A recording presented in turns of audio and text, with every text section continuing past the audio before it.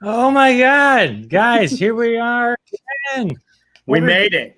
We did it. Welcome back to episode 2 of Crossing the Stream. Hi, everyone. Hey. Hi. Good to see you They guys. said we wouldn't make it. They said there's no way we're going to make it to 2 episodes. Oh, When the press came out against us, we said, those haters. we looked them in the eye and said, not today, boys. Not today. I had a 5-episode contract, so I don't know. So anyway, You got 5 episodes? Got a better agent than the rest of us. we're not supposed to talk about our contracts. So. Yeah. I'm only paying Ron. Anyway, Thank you. Thank you. My wife appreciates it. you're welcome. I You're welcome. thought So I was anyway, getting back end on this. yes, as you will. So anyway, just so for everyone joining us, thank you for joining us. I'm Jeff Dwoskin, host of the Jeff Dwoskin Show. You probably knew that. Anyway, it's so great to have you here. This is episode 2 of Crossing the Streams. What we did is we got together, a bunch of us, and we're like, hey, you know what? We love talking about TV and things that we're binging and all that. I bet everyone in the world would love to hear us talk about this. It's huge. So this is our Big in second episode. Scandinavia. Yeah, 231 countries last time, so we're looking to beat that. We're actually at 233 countries. We just clocked in Albania and Mexico that weren't here last time. So You name a I think country off there's the only top of your head. 194 countries, actually. Tremendous distribution deals. they're inventing they're inventing Tremendous countries vagina. just to accommodate us. So what we do week to week, we talk about shows. We're gonna have guests, and they're gonna talk about shows that they like, with hopes then that you'll also kind of jump in and talk to us while we're doing it. We already have a comment. Mick Manhattan says, "What's up, everyone?" McMahon is everywhere. The man is Mick everywhere. Manhattan is everywhere. From Canada. That's my adult film name if I ever decide to go that route, by the way. Mick Manhattan. Doctor, by the way. Yeah. Yeah. I think that's a great name. That would be good. Bow, bow. Mick's one of our biggest fans. Anyway, so I'm Jeff Dwoskin. Thank you guys. I'm the host of the Jeff Dwoskin Show. It's a podcast that I do weekly, and now we're doing this live. I want to introduce you to the rest of the crew. Howard. I'm Howard Rosner. I'm an Aries. I'm a charter member of the Who's the Boss fan club. I believe I'm member number 11 of the Who's the Boss fan club. So I'd also like to point out that during tonight's show, I'll be eating Sour Patch Kids by the Mondelez Global Corporation. And I'd like to know, Mondelez, why the fuck did you stop making Sour Patch fruits? I'm a little raw about it, and I'd like answers. But pleasure to be here. Excited to talk about some great streaming shows. I feel like we're living that product placement scene from Wayne's World. Little, yellow, different. Bob, what's up, man? Tell everyone. I don't know how to top Howard's intro. That was epic. My name is Bob Phillips. I'm a stand-up comedian from Detroit. You can hear me regularly on XM Sirius Radio. I'm one half of the Sal and Bob Steakhouse podcast, and I'm a contributing writer to Funny or Die. You can hear and catch me on Twitter at Bob the Suit. What else? That's it. That's all I want to talk about. You sure? We got like 20 minutes if you want to do the rest of your resume. You can. Yeah. Well, we can we can be I was here. a Golden Gloves boxer in the 80s. Oh. Let's see. That's why my nose looks the way it does. I didn't make $1 at that, but we're not making any money at this either. But it's better than getting punched in the face. Everybody has a plan until that happens. There you go. So you're Mike half of Tyson. Sal and Bob. We lost Sal. Sal. Yeah, Sal will be here next week. Sal He last choked on a seen at a Boston market. Is he They're eating looking Thanksgiving for a dinner? turkey sandwich. Yeah. Don't get the turkey. Stick with the chicken. Or Sal. man. Thanksgiving in the parking lot of a Boston market. Which reminds me, by the way, speaking of our Thanksgiving meals, on our first episode last week, I mentioned that after moving to the new house, my wife and I ate catering from Cracker Barrel. I'd like to state that that amazing meal lasted 4 additional meals beyond that. I mixed turkey in with pasta. It was a lovely, lovely purchase. Was it because it kept coming up? No. Ingest it Yes, but no. Yes, it was it was just abundant for the Cracker Barrel. Really is all about value when you think about it, and that's the way the Thanksgiving meal was. Did you have to eat it in a wicker chair on your porch? Yes, I did, and I ate it with Sour Patch Kids from the Mondelez Global Corporation. Yeah, it's I'm getting comments ever since we've gone sponsored. Everyone's they're selling out already.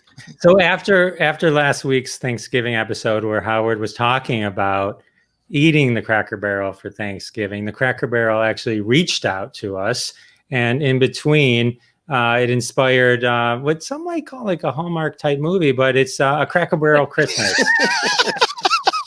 Oh, this is great!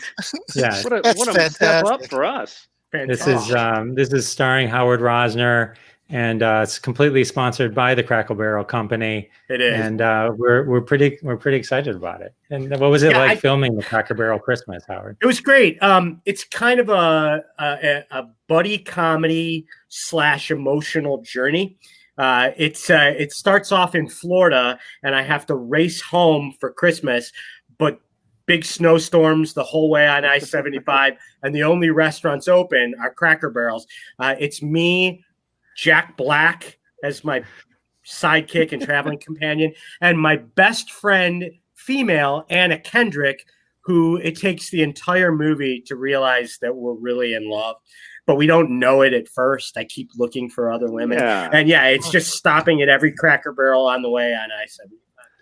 Yeah, it's one of those where you know you guys are in love and you're screaming at the TV.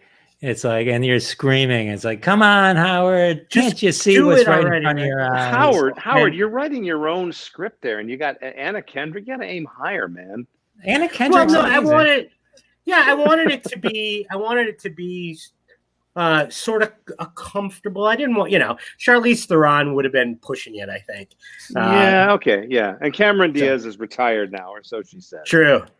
Yeah, so I finally kiss her near the Zagnuts in the old candy department. And you ever been kissed near your Zagnuts? Not by. Oh, yeah. Oh man. So that's exciting, and that it's funny though. Have you guys seen the actual KFC recipe for Seduction? I wish this was made up. Starring Mario Lopez as a sexy Colonel Sanders. Have you guys seen that? Wow. I mean, I've seen how could you not? That's all. It's a quite 15-minute Lifetime movie. Wow. The crazy thing is, if you read about Colonel Sanders, he was quite the womanizer in his time. Was he so really? It's not I that didn't know far. that. Yeah, he I believe his second wife, maybe his first wife, how many did he have? Got divorced because he hooked up with the woman he hired to be the personal assistant for his wife. Right. Originally there were 12 herbs and spices, and he lost one of them in the divorce. She preferred his drumstick. He like, Hey-o. So Ron, yes, tell the world who you are. And when I say world, I mean world. Not to interrupt you, but since last week we did get this letter, and it's from Russia. And believe it or not, it says, "Dear crossing my streams." It didn't probably translate 100% into the Russian.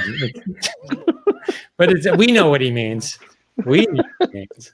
Dear crossing my streams, we have many watch parties and plan on turning Wednesday at 9:30 Eastern into a national holiday. Perfect. Signed, Russia. Signed Russia. Signed Epstein's mother. That's right. Signed Epstein's mother. Yakov Smirnov. In Russia, streams cross you. What a country! In Russia, the streams they cross you. That's actually very true. Well, hey, I'm glad to be here, Jeff. This is exciting. Second week, we're looking for big things. I think we're gonna be talking about some cool things. For me, for the folks that don't know me, my whole career has been on airplanes. I'm kind of like the up in the air dude, watching every movie and show out there on the little screen on the chair in front of me. That's kind of what I did. Little note that Howard, I don't even think you know this. I was on The Price is Right when I was 25 years old. Bet you didn't know that. Really? Really? It's a true story, but I didn't win. I got a consolation prize of a cuckoo clock, and I did meet Bob Barker, and I did meet the model who ended up suing him. I can't remember her name now, but I think they all ended up suing him after a while. But yeah, so this is kind of like an interesting time for me because it's like I'm not on airplanes, but I'm watching more TV than ever. So this is actually kind of cool. But it brought up in my mind, like, once this whole freaking COVID thing is over with, like, in my mind, what the hell is going to be the first thing I'm going to want to do? And it kind of brings up the question. I'm interested in what you guys are thinking about. Like, COVID, let's just say COVID disappears today. Like, Roz, what's the first thing you're going to do? What's the number one thing you got on? Man, I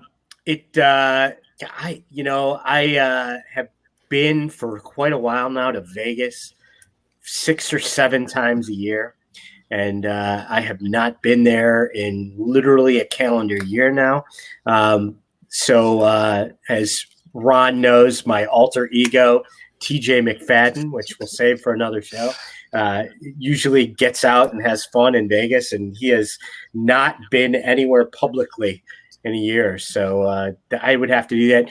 And finding Sour Patch Fruits from the Mondelez Corporation. Yes. That is what I was like. What about you, Ron? What are you looking forward to? So for me, man, it's all about getting back to swinging. That's a joke, honey. If you're listening right now, it's a joke. She's not listening, Ron. She's not listening. So thank God. Actually, she's asleep, but she'll watch the rerun. For me, it's the casinos are obviously something that I'm looking forward to. But anything that's social, honestly, for me, it's just a great freaking dinner, man. I'm looking to go out with friends and have drinks and go out and do the whole major 3-hour kind of dinner thing and make it a night. I can't wait to do that. I know that's a boring answer, but damn, I can't wait to do that. And some really nice place out there, maybe in Vegas, right, Howard? So let's make that happen. Joe Stonecrab. That's exactly what I was thinking. Given the amount of time you had to come up with a response to that, that's pretty boring, right? It's pretty boring, Bob. I would have stuck with the swinging one. Yeah, the swinging's good because that you're going to exchange a lot of fluids and that's gross. But you wear a mask. You wear a mask, and it's kind of you get past it. Bob, what about you? I want to have sex with a human being again. That's what I want to do. I've got the My Pillow. That's been getting a workout. I got the Japanese. I got the Android from Japan, the Amazon. Is it like a real doll? Yes, but you know what? Nothing beats a real Vietnamese hooker. So it's really a simple request. That's I'm a simple man. You can mail order for that, can't you? I think you can, but flights are down.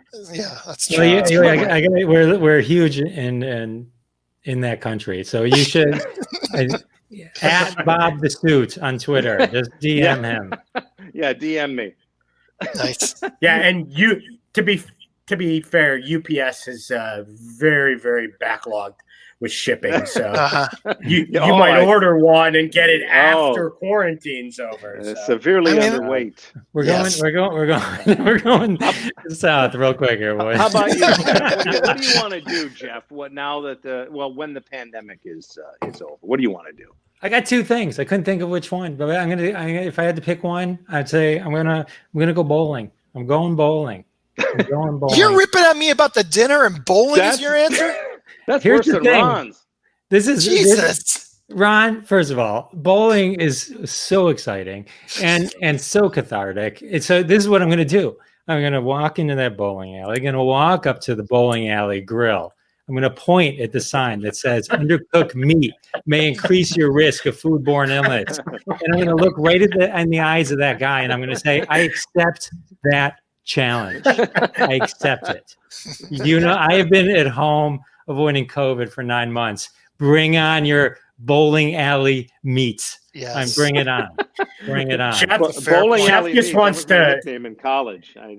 Jeff is about to break into the song "We're Gonna Bowl Tonight" from his favorite movie, Grease 2, starring Adrian Zmed. Yeah, and Michelle Pfeiffer. And Michelle Pfeiffer. Correct. So the best thing about bowling, though, is they spray in your shoes. Yes, and the free shoes, yes. But the also just walking up and down the lanes, looking at everyone there that's bowling, just taking a deep breath and letting the self-esteem issues just wash away. Yeah, you feel so much better. I feel so I can conquer the world after going to a bowling alley on league night, and it's so exciting. It's so exciting. And by the way, when I say this about bowling, it's that bowling is only one of two times in a man's life when he'll wear rented shoes. The other is when he gets married. So it's kind of an interesting thing there. And Adrian Zmed, every celebrity who's ever done anything is on Cameo now, except Adrian Zmed. They wouldn't have him.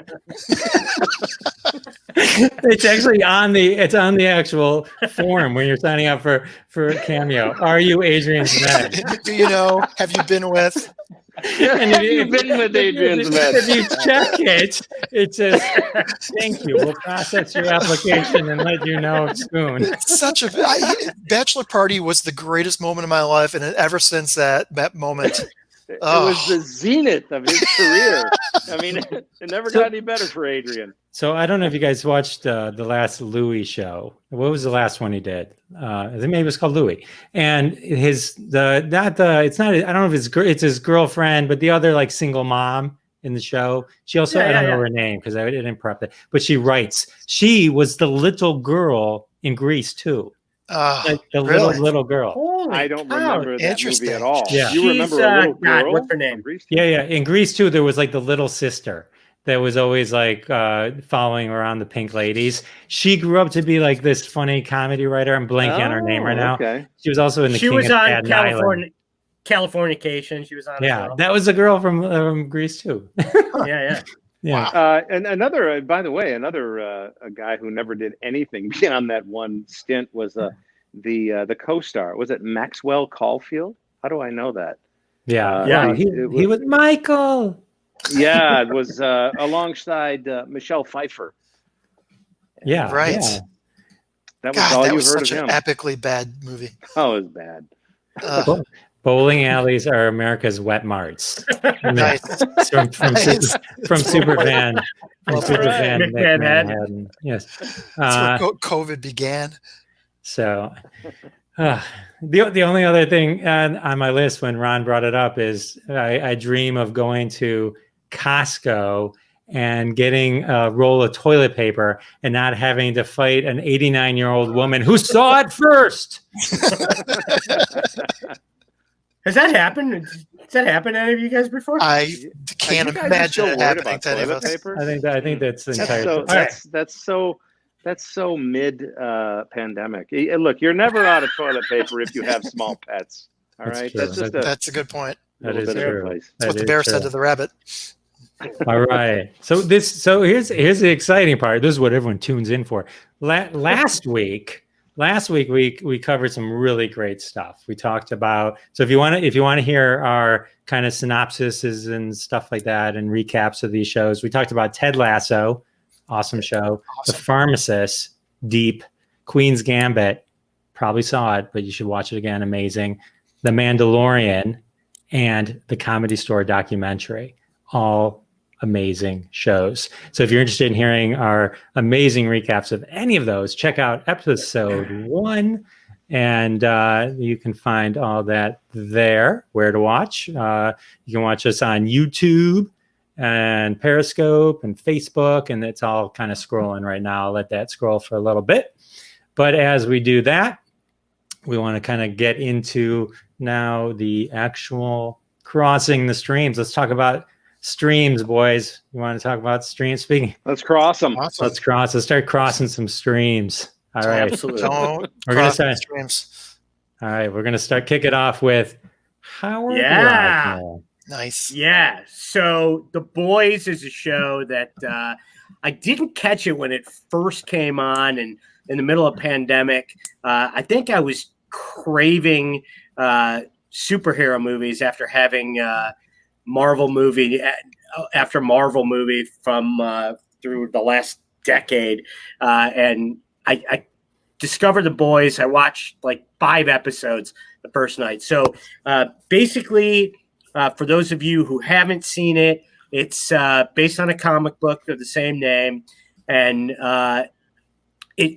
the series starts with a tragic accident with the main character and his girlfriend caused by a superhero. And from there, the whole show just devolves. And the gist of the show is soups are prevalent in this world. And imagine, the way that I tried to describe it to my wife, who ended up watching it also with me. I watched it a second time, and she loved it as well. If soups were reality TV stars at the same time and were just as worried about their brand image and their Q score as celebrities nowadays. So if the Avengers combined with the Kardashians, basically, is the way I described it. And they're just awful people that are seen as heroes.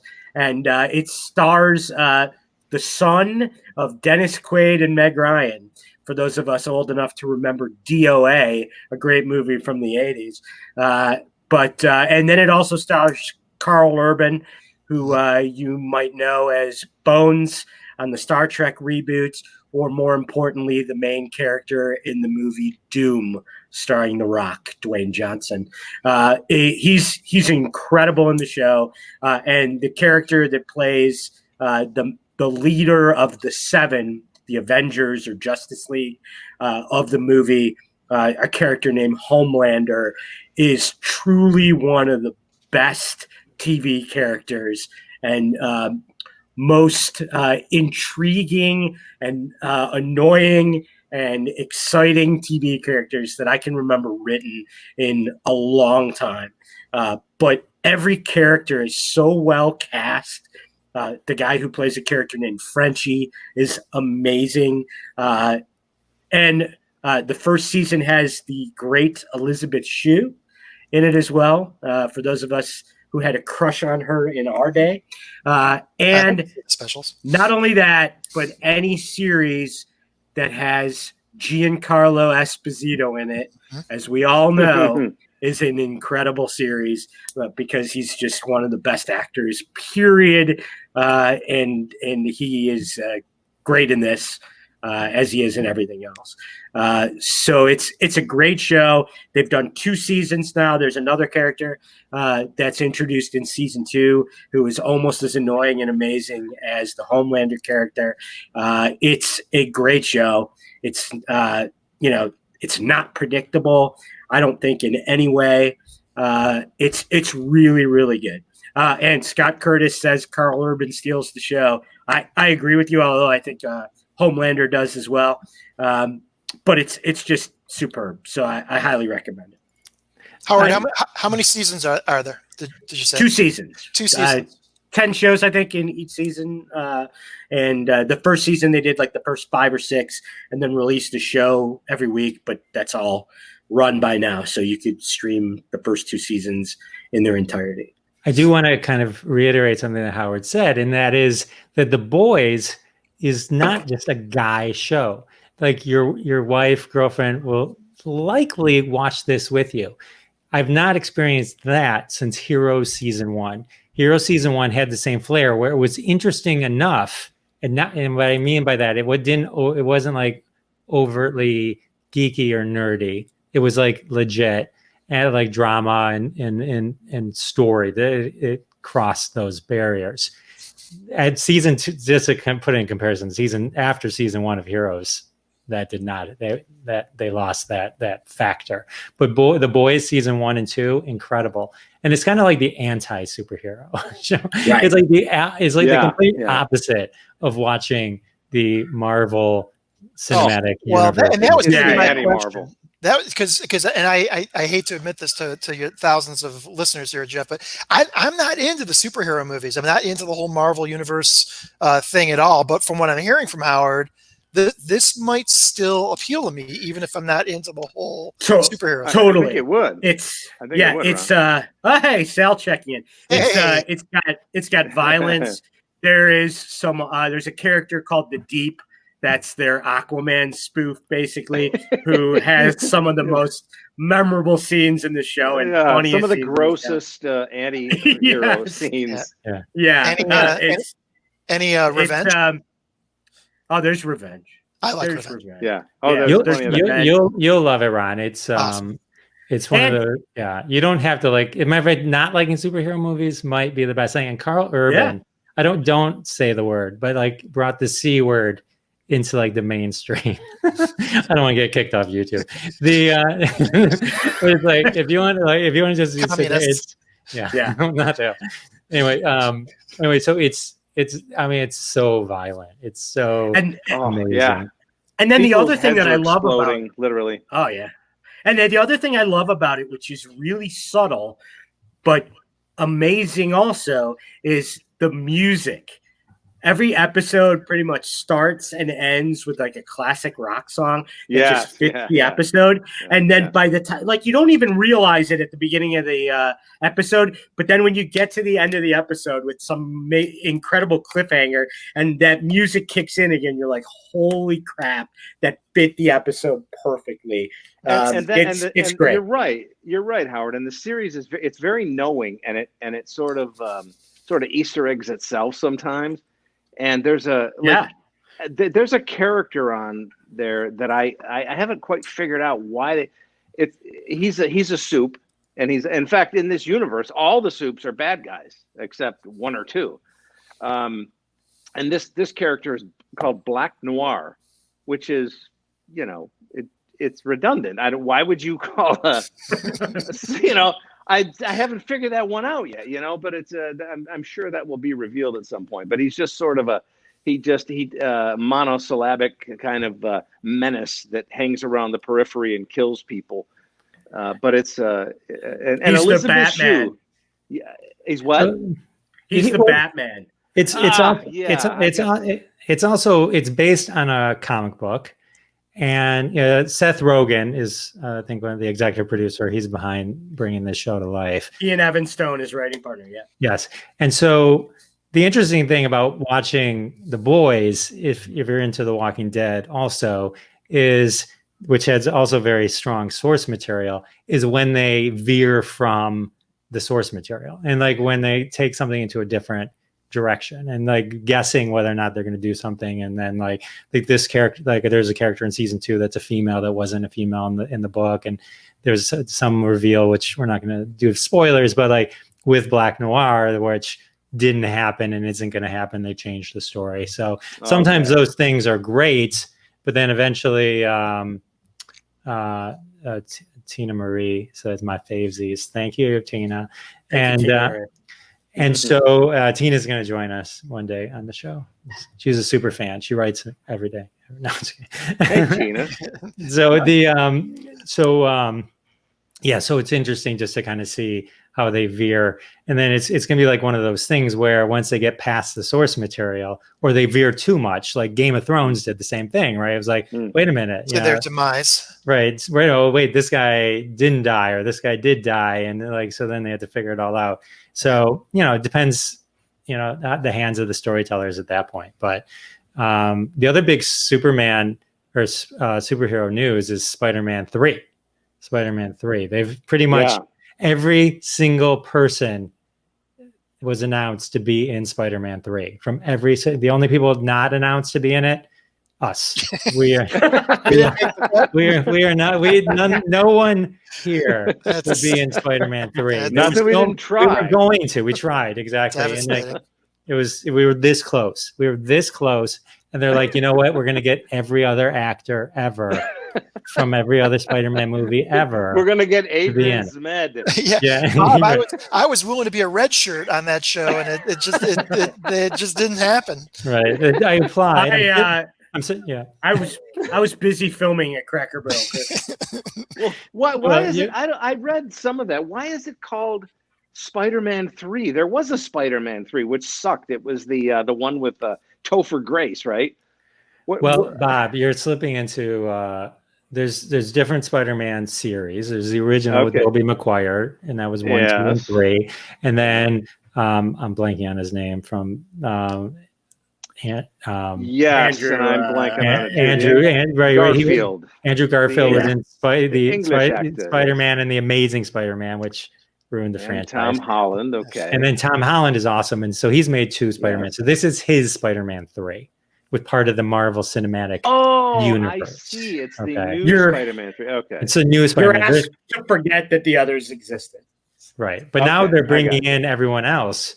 They're sort of creating this thing called the Spideyverse, which is a great cartoon about it, a cartoon movie. And so there's all the different universes exist, and that's why Doctor Strange. Anyway, maybe we'll get into that in a. So which Aunt May are we going to get? Please tell me it's Marissa Tomei. Yeah, because I think the other ones.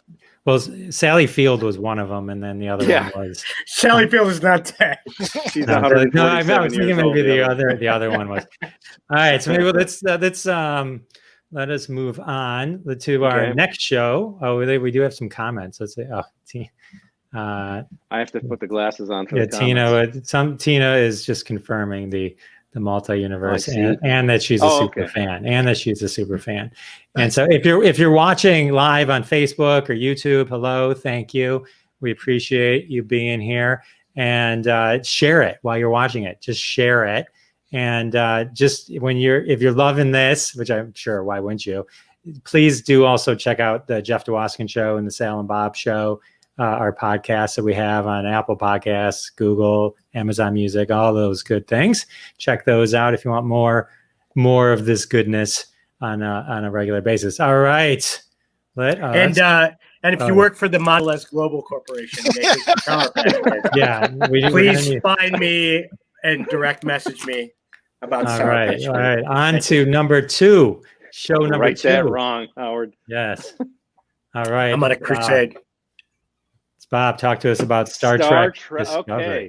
All right. So I came to the Star Trek universe kind of late in life. I became a Star Trek nerd maybe 20 years ago. Science fiction didn't really interest me, but I got into this and, watched all of the older episodes of, from the original series to the Next Generation to Deep Space Nine and Voyager, on and on. So this is the latest incarnation. And it's on, another streaming platform, CBS. And this takes place, I think they say 10 years before the original series. The series that included James T. Kirk and Spock and Scotty and all the original guys. The technology, it's kind of a weird thing. The technology is much more advanced in this series, which takes place previous to the original one. But that's the way these things go. It stars actually the only people I think that are referenced in the from the original series are Spock and Captain Pike. Now Spock is referenced because the main character in this series, her name is Michael Burnham, and she's played by Sonequa Martin Green, very beautiful actress, and she inhabits this character. I sound like Roger Ebert now. She is this character. She is a feisty, kind of rebel Starfleet officer that's always getting into trouble. Anyway, she is the stepsister of Spock. So you find out in this series that she was an adopted sister to him. And as Star Trek often does, it involves a lot of time travel. So I'm not going to talk about season 1 or 2. Let's just say it's a lot of exposition to get them to where they are now, which is season 3, where they are catapulted 900 years into the future. So the first series is like say it's 2266 or something like that. So 900 years later, it's 3188, something like that. And the Federation has been blown apart, literally. It exists only in sort of a fragmented state. There was an event that occurred like 100 years before you get into this new scene called the Burn, where and this is, I sound like such a nerd. No, not at all. Not at all. Okay. So, but I love this. The writing on this show is so great. Although there's one little drawback I'll get to later. So there's this event called the Burn, where the dilithium crystals in all of the known universe in the galaxy becomes inert. So all these spaceships blow up or become inoperable, and so millions of lives are lost around the galaxy. And the Federation, for all intents and purposes, ceases to exist. So now, the crew of the Discovery is now catapulted 900 years later. So they're trying to deal with the fact that everyone they know and love is gone. There's all kinds of stories, that and backstories and side stories. And then there is the main story, which is Michael Burnham trying to figure out why the burn occurred. So there's this idea that if they can figure it out, they can get back to where they were, blah, blah, blah.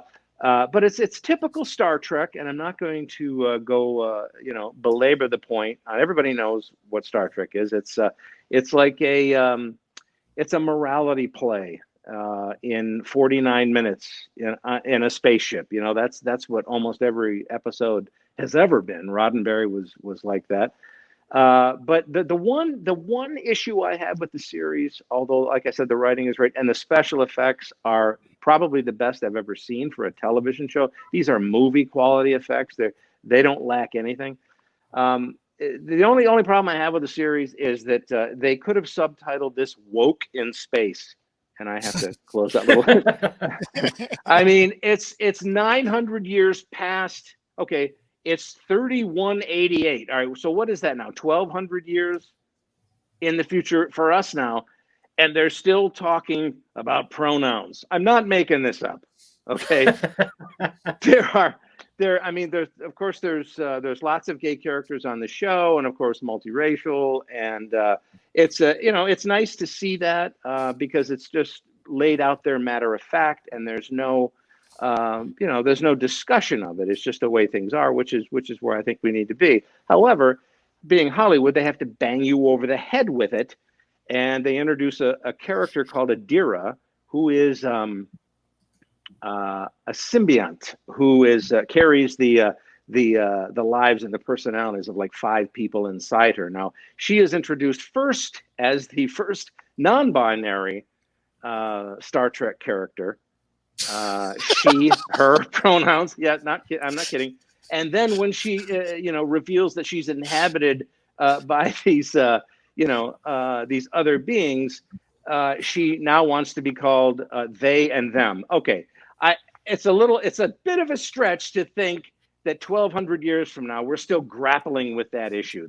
That's my only issue with it. Oh, Bob, I don't think the idea of science fiction is that they're saying that we're going to be grappling. I think the idea of science fiction is to put the things that we struggle with as a society today into the terms of the yes. show. So it's not. I don't think they're saying in 1,200 years we're still going to be going on this pronoun. I think it's kind of like in the original show where the guy was half black and half white. His face. Yeah, right. And stuff like that. I think it's a way to talk about the issues in a way that is somewhat digestible for some people who may not be aware of that. Yes, and yes, that is a very sensitive. Go watch the show again. Now that you understand science fiction. I am uncaring. No, thank you, Asimov. It's a little bit, like I said, it should be woke in space. It's like bang, bang, bang. Are you getting what we're saying here, you dumb Midwestern comic? Yes, I get it. The views of Bob Phillips are not necessarily those of the rest of us. It's a lovely show. The characterizations are great. I'm just saying, it's like Hollywood seems to think that we need to be, retaught this over. I don't need to be. Let me just enjoy the show and the characters for who and what they are, because it's a great show. It really is. I will say, Jeff and I have known each other a long time, and we both have seen our share of Star Trek movies together. Jeff, do you remember we went to the opening night of Star Trek VI, the Undiscovered Country, and we're sitting behind the three guys that made Bob look like, just a total jock, not interested in science fiction right now. They were commenting on spaceship schematics, and it was we couldn't believe it. We're like, oh my god! They're yelling out, "That's not canon!" Right? Exactly. That's an order of magnitude. By the way, I'm making notes to myself. Get Bob pocket protector for Christmas. And thank you. I will gladly accept that. One last point I want to make about this is that back during the original series, there has been talk that the first interracial kiss on television occurred during the Star Trek, and this was Kirk kissing Lieutenant Uhura, right? Yep. So you can argue that point. There might have been series a couple years before that or whatever.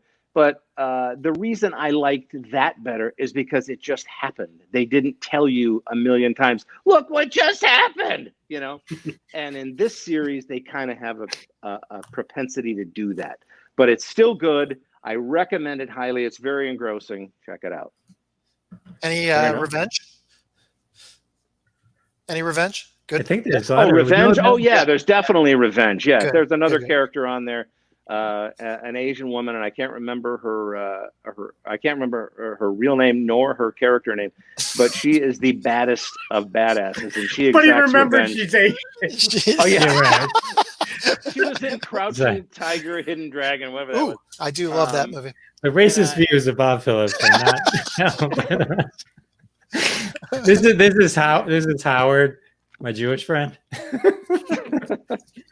Then you are what prejudiced. I said she's Asian. That's then you are prejudiced. Friend. And you are prejudiced, Jeff, because you think of Howard as your Jewish friend and not your friend. Not just your friend. I didn't know you guys were all Jewish. I know. Without you don't look Jewish. All we need now is like a close up with a little tear. You're mixing metaphors. I know. 70s commercials. Bunch of garbage laying around. All right. Let's get on to the next one. Okay, so this was mine. So I went a little bit of a different direction. This isn't a TV show. This is a documentary movie. But we make up their own rules because it's our show, but I don't think many people saw this in the theater. And I think the way most people saw it originally was on Netflix. You can find it, the whole movie on YouTube. Yeah, I think you can pay like $3 on Amazon Prime, but you can go on to YouTube and they had the whole movie for free. I know this because I just watched it again. Mm-hmm. It is so great. So what the King of Kong is, and you can see, take it in, a fistful of quarters. And you can kind of see the pictures of those guys there. And what the King of Kong is, it's an underdog story. It's a story of revenge, Ron.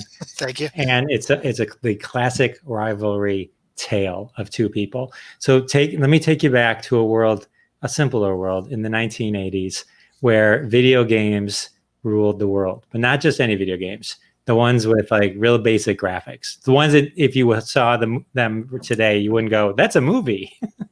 Right. You'd be like, "Oh wow," So the whole idea of this is that there was the whole concept of it is called the King of Kong, Fistful of Quarters.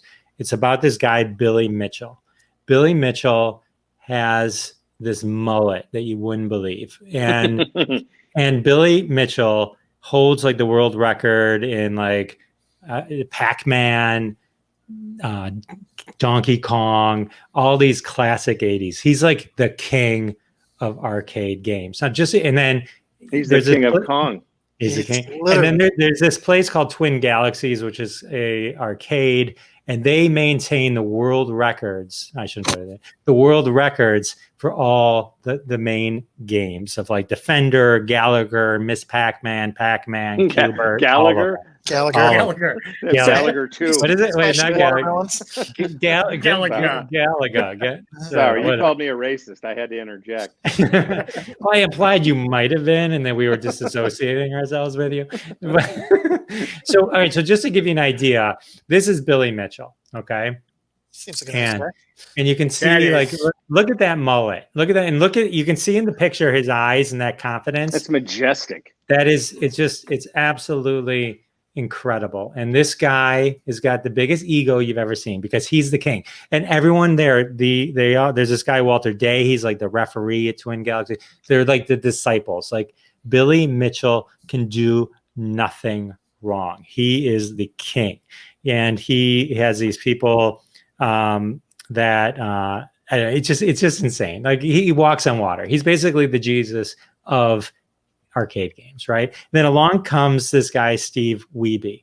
And Steve Wiebe, he's out of work. He has a video game. He's really good with his hands. He decides he's going to learn how to be a master of Donkey Kong. So he becomes a master, and he actually gets the world record. He beats Billy Mitchell's. So you can imagine in the geek nerd world of 80s arcade life, this just causes mayhem.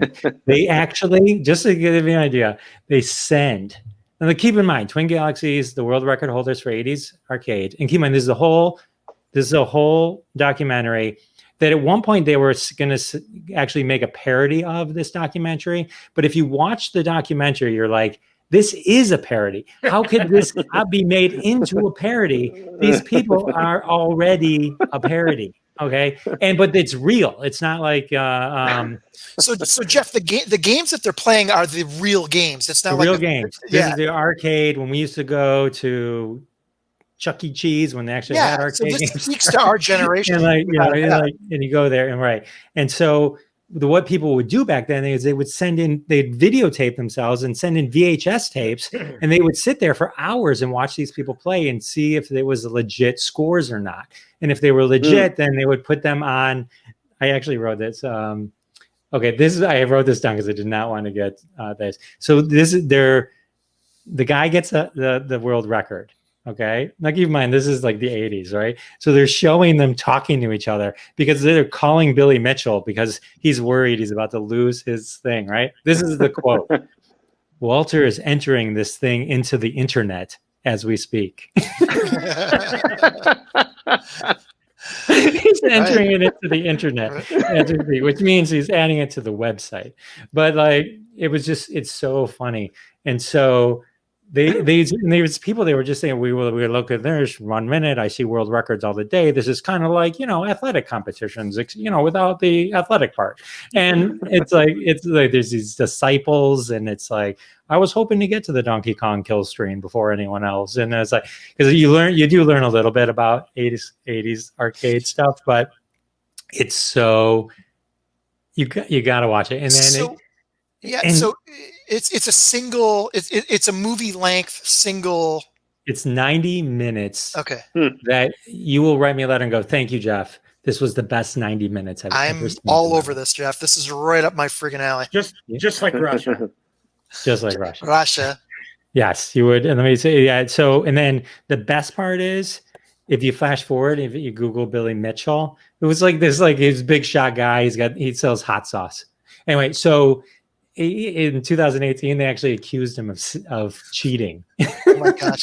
And so they removed his Twin Galaxies. Jeff, can I just tell you something?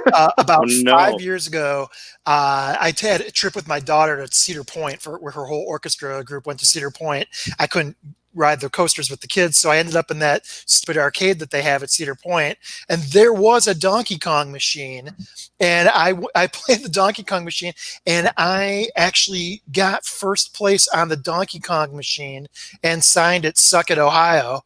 That stood up there was up there for like a year because I went back and it was still in the top 5. But this show that you just described. I'm like going to race to see this. Because it sounds perfect. It's the best. I do want to do a shout out to the Scene Snobs real quick. That's featuring our show on their channel. Check out thescenesnob.com. I apologize for not mentioning that earlier, but it is a very important part of the show. And then we're going to jump to our final one. Ron, you ready? Yeah. I'm good, man. You guys ready for this? You guys like a good ghost story? We do. Who doesn't? Yeah, right. So I am super into ghost stories, into the occult, into well done productions that get me scared. And up until I saw The Haunting of Hill House and then the follow up of The Haunting of Bly Manor, to me the quintessential ghost story was actually the 1981 original movie by that name, Ghost Story. I don't know if you guys saw this, but the original one with Fred Astaire and Douglas Fairbanks and John Houseman, all these guys. And I held that up to all the movies that tried to tell you and scare you with a ghost story, and nothing ever held up. It all turned into slasher gunk, bullshit that just relied on special effects to tell the story. Until I saw The Haunting of Hill House. And I'm going to go on record here, guys. It's a 10 episode show on Netflix, and the follow-up Bly Manor is as well.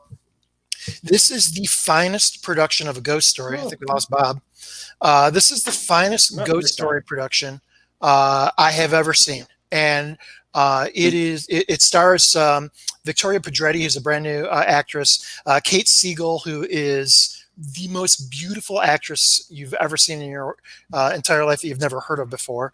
Henry Thomas from E.T., Timothy Hutton, a number of other ones. It was written and directed by Mike Flanagan. I don't know if you guys know Mike Flanagan, but he's kind of built his name in the horror genre with producing shows like Stephen King movies, Gerald's Game and Dr. Sleep.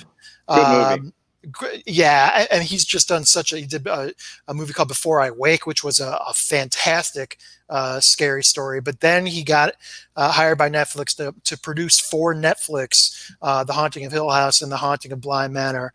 The story is about a dysfunctional family that grows up in a horrendously haunted mansion.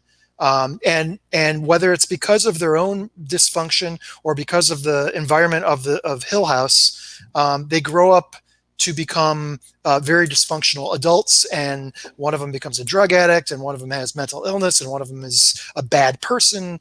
And ultimately, in the first episode, you learn that one of them ends up committing suicide back at Hill House. And the rest of the show is about this family coming to terms with their childhood and their dysfunctions and all the things that have been wrong with them all along. And the only way they can dial it back, and the only way they can figure out all of the secrets that they've never confronted, is to go back to Hill House and to confront it directly. And Mike Flanagan has done nothing short of a masterful job of using a limited amount of special effects to tell a true masterpiece of a ghost story. That the thing that I just love so beautifully about this show is that it's the story of Hill House and the story of Bly Manor, they wrap it up in the one season. Like it's a story with a beginning, with an arc, and then a conclusion that just feels so right and so good, and absolutely has you thinking about this story for weeks and months afterwards until you see it again. The other really fun thing is that Mike Flanagan has put Easter eggs all over this show. There's hidden elements of this, that there's a whole secondary part of watching the show that once you watch the show and you see what happens and you don't get any spoilers, you go back and look for the Easter eggs, which are all now available online. But it's an amazing production. Kate Siegel is, if you don't know who she is, if for no other reason, you got to look this woman up, because she is not only an amazing supporting actress in Hill House, but she has a starring role in The Haunting of Bly Manor, and she is nothing short of, haunting. Just an incredible job she does, and I expect you're going to hear that name quite a bit. She's a very young actress, and I expect she's going to be a big, big star. Victoria Pragetti's a super young actress as well. She stars in both shows. I don't know where she came from. She's fresh out of school. I saw an interview with her saying that Haunting of Hill House was her first professional role, and she has convinced me that she's the goods as well. Henry Thomas and Timothy Hutton, I give them mad props because as big in names as they are with their careers, they're willing to step back and let these young actors do their thing and just support them in the telling of this story. I could not recommend The Haunting of Hill House more strongly. I will just say this: if you're a type of person that has nightmares or is going to get scared by a true American ghost story, be careful watching this. I love this show. This show was really, really, really good. And when I was at the last Comic-Con before COVID, Henry Thomas, who I normally maybe wouldn't have gone up to, but I had to because I was so moved by this show. And I went and I got his autograph on an ET poster, which I know doesn't play into the thread of Haunted Man, but the point is slightly different show, but I wasn't going to not get an ET poster. Yeah. Anyway, but I agree. It's absolutely incredible. Yeah. I just, Ron and I have this debate all the time. I'm not a big horror fan, but this sounds like a scary but different. I just don't like horror. I just don't like horror movies for horror movies. This is not a horror movie for horror movie. There's nothing cheap about this story at all. All right. So your fascination though with Kate Siegel, didn't she play Peg Bundy? I gotta know what is. Now that's Katie Siegel.